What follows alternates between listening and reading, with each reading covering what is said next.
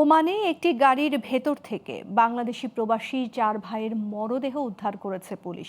বুধবার রাতে মুলাদ্দা এলাকা থেকে তাদের মরদেহ উদ্ধার করা হয়। এটি দুর্ঘটনা নাকি হত্যা তা নিশ্চিত হতে ময়নাতদন্তে মেডিকেল রিপোর্টের অপেক্ষায় দেশটির পুলিশ। সেখানকার বাংলাদেশ দূতাবাসও তাদের মৃত্যুর বিষয়টি নিশ্চিত করেছে।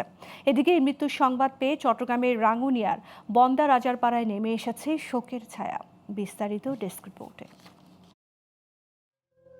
ভাগ্য পরিবর্তনে মধ্যপ্রাচ্যের দেশ ওমানে গিয়েছিলেন চট্টগ্রামের রাঙ্গুনিয়া উপজেলার লালানগর ইউনিয়নের ৫ নম্বর ওয়ার্ডের বন্দারাজারপাড়া এলাকার আব্দুল মাজিদের ৫ ছেলের মধ্যে ৪ ছেলে মোহাম্মদ রাশেদ, মোহাম্মদ শাহেদ, মোহাম্মদ সিরাজ ও মোহাম্মদ শহীদ।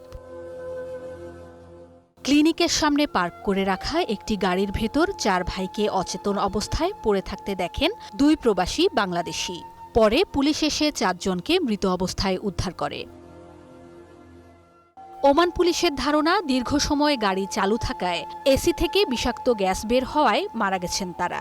তবে দুর্ঘটনা নাকি অন্য কোনো কারণ রয়েছে তা নিশ্চিত হতে ময়নাতদন্তের প্রতিবেদনের অপেক্ষায় পুলিশ। জানা গেছে, এক ভাইয়ের বিয়ে উপলক্ষে 2 ভাইয়ের আগামী শুক্রবার দেশে ফেরার কথা ছিল, তাই 4 ভাই একসাথে কেনাকাটা করতে বের হয়েছিলেন।